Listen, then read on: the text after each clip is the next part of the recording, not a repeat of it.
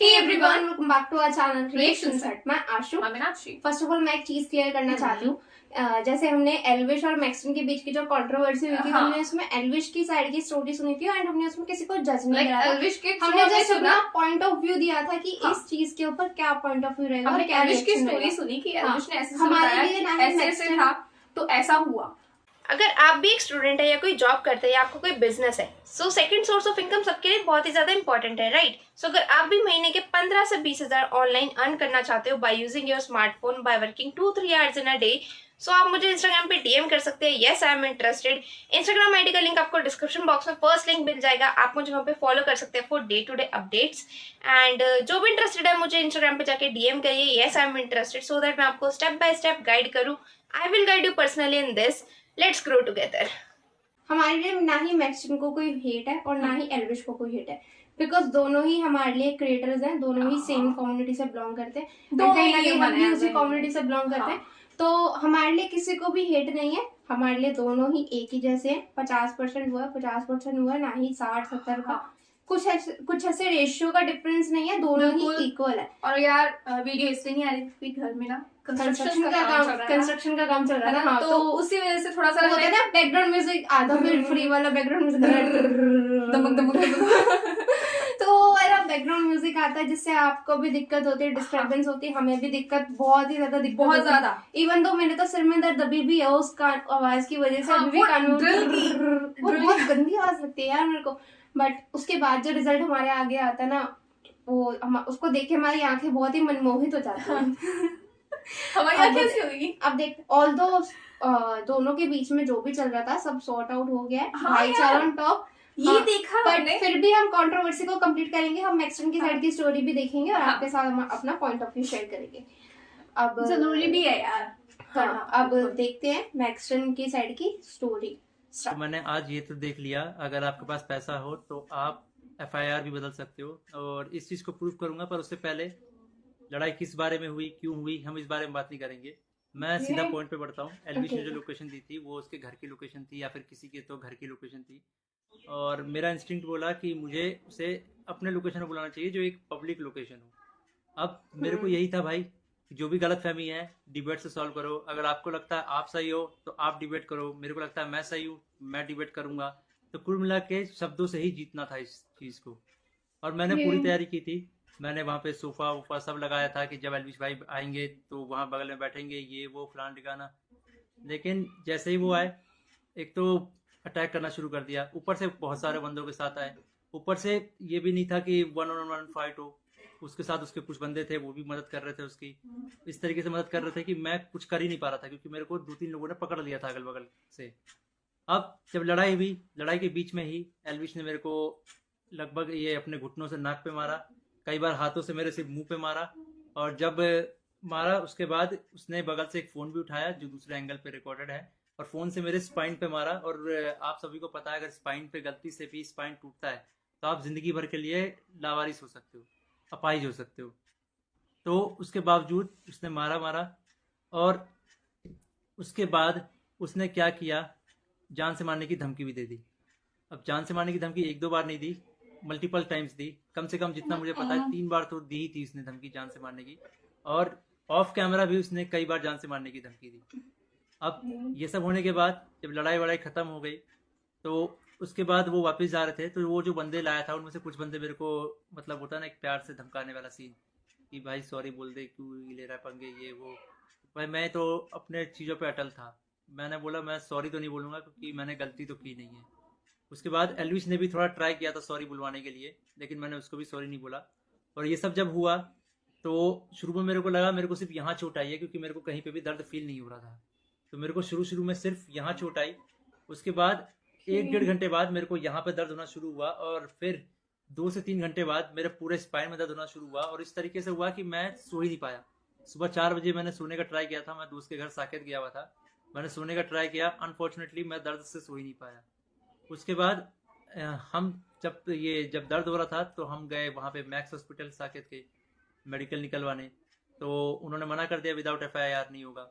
तो मेरा यही था, मेरा दिमाग शॉक में था, एफआईआर हमने की नहीं थी। फिर हमने डिसाइड किया कि दोपहर के 12 बजे के आसपास हम एफआईआर करेंगे लॉन्च, और उसके बाद मेडिकल करवा लेंगे पुलिस की मदद से ही।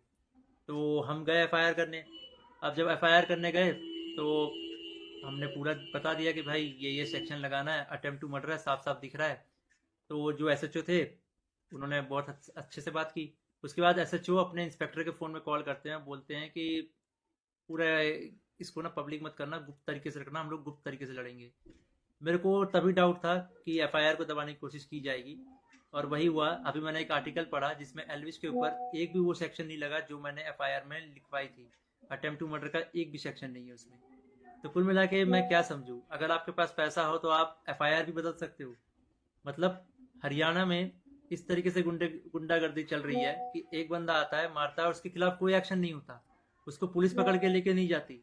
यहाँ पे इस बात को 24 घंटे हो चुके हैं और वो बंदा अभी हंस रहा होगा कि उसको कोई पकड़ के नहीं ले गया, उसको फर्क ही नहीं पड़ा होगा।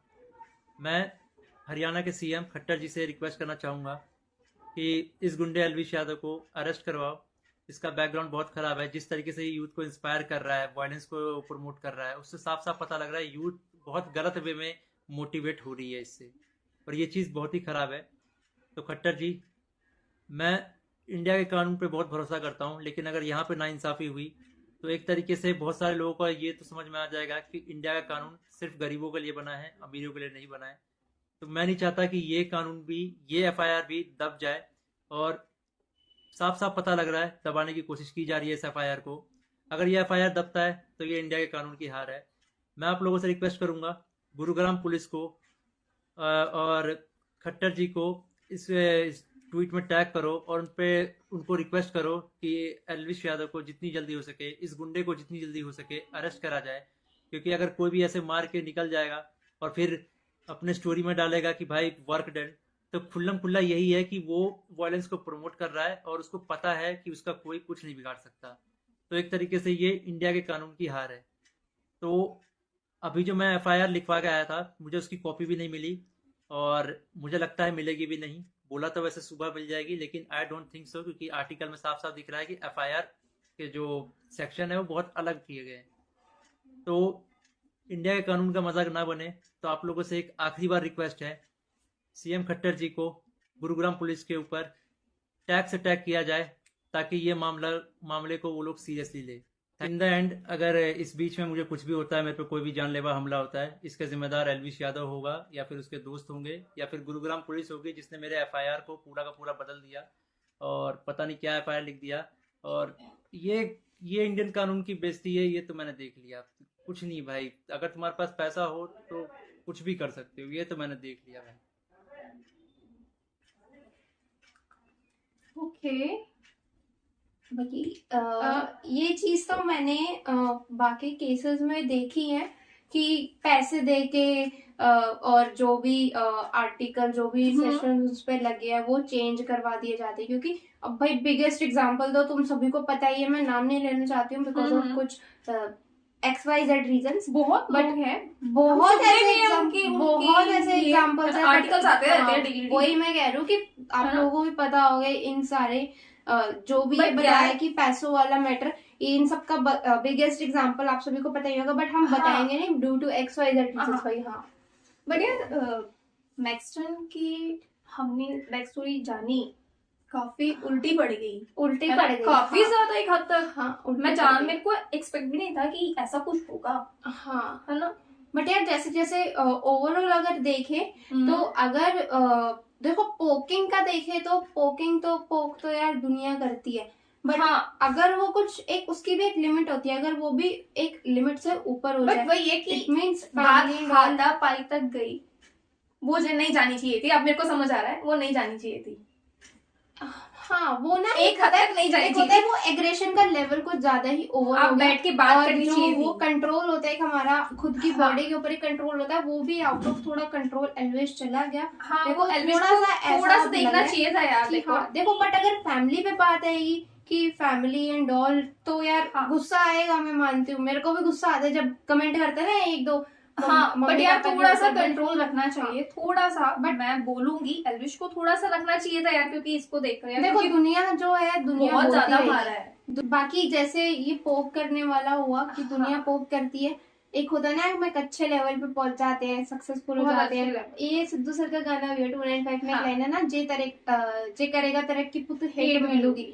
तो अगर तुम तरक्की करोगे इन एवरी फील्ड, सच बोलेगा तमिल 295 जे करेगा तरक्की पुत हेट मिलोगी। A to Z किसी है भी ना? फील्ड में अगर तुम एक अच्छी रीच, एक अच्छा लेवल अचीव कर लोगे तो एक जो दुनिया है यार, वो कुछ थोड़ा ना सा ना, थोड़ी थोड़ा सी सा। हेट मिलेगी तुम्हें, तो ठीक है, उसको दुनिया neglect बोलती करना है, चाहिए। दुनिया पोक करती है। मैक्सटन की अगर हम बात करें, मैक्सटन ने अगर पोक करा है तो यार ठीक है, अगर वो पोक कर रहा था तो तुम्हें भी लाइक वो बोल रहा था कि 1-on-1 होनी चाहिए थी, इग्नोर करना है ना? चाहिए एंड ऑल, कि बैठ के बात करनी चाहिए थी।